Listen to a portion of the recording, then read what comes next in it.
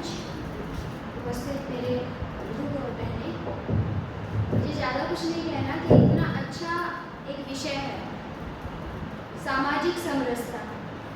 और मुझे बड़ा गर्व है कि मैं सनातन संस्कृति से आती हूँ, तो मैं ये समझती हूँ कि सामाजिक समरसता इज इक्वल टू सनातन। मुझे ये कहने में कोई संकोच नहीं कि मेरी सभ्यता, मेरी संस्कृति में किसी तरह का भेदभाव नहीं था, ना जाति थी, वर्ण अपने कर्म के आधार पे थे।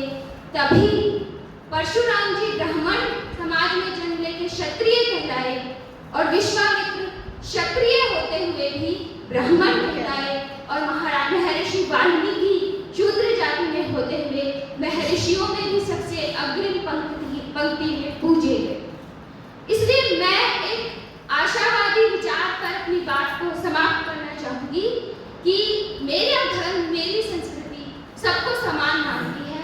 यहाँ कोई भेदभाव नहीं। यहाँ मेरी संस्कृति में नारी को जितने अधिकार प्राप्त थे उतने तो पुरुषों को भी प्राप्त नहीं थे।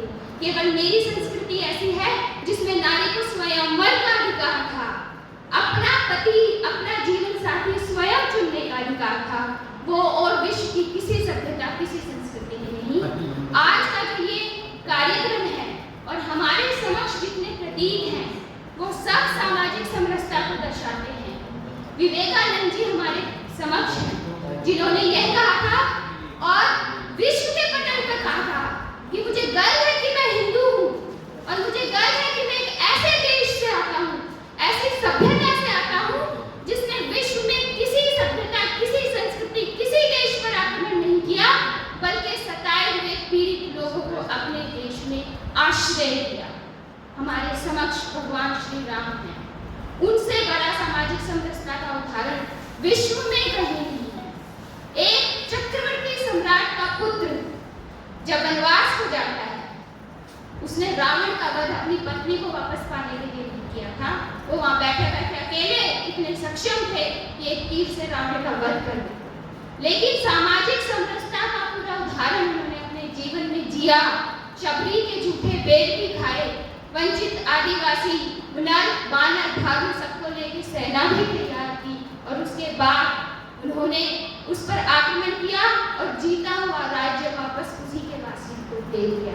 सामाजिक समरसता का सबसे बड़ा उदाहरण।